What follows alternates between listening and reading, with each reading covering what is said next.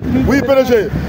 Identifier le combo ya Junior Louyeye, soi-disant agent de RTNC, s'occupe nani atindie, mutu bomoni babuli boye, azali parmi batu oyo bazali koluka, kokoti sa confusion na mitu ya batu par rapport ya Izipa, à l'heure où Martin Ekanda Odimba, les représentants valables, o bazali kobenga mikolo yo béton, azongisi makambu nyonso à l'ordre, ba soi-disant légal, nde baye na système ya kimoyibi, bayibi bato jope ba matériel misusu na Izipa ya mushi kasi grâce ya vigilance ya PDG Martin Ekanda Odimba béton pe comité de gestion mobimba ba déjouer ba plan ya badongolo miso pe batie maboko na bayini ya mboka bayini ya enseignement ya qualité. Tout ça quand même va paiement on a les carifina. Mais tu as les carifina combien d'années? Non ba comme on yo.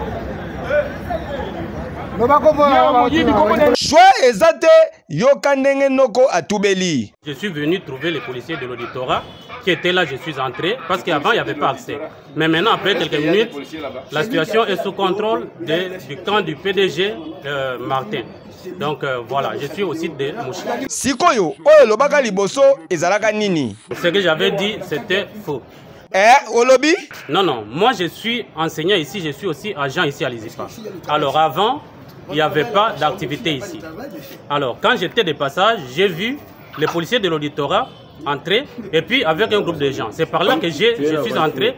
Et on te donne aux mains de la police, on va t'amener, c'est tout. Par là, naye ko confirmer bino ke Izipa ezali se moko, Izipa oyo kumbamaka na PDG Martin Ekanda Odimba, Martin fils béton, les bétons et enseignement ya qualité, les bétons et enseignement ya kitoko na République démocratique du Congo. Et pesa zouati.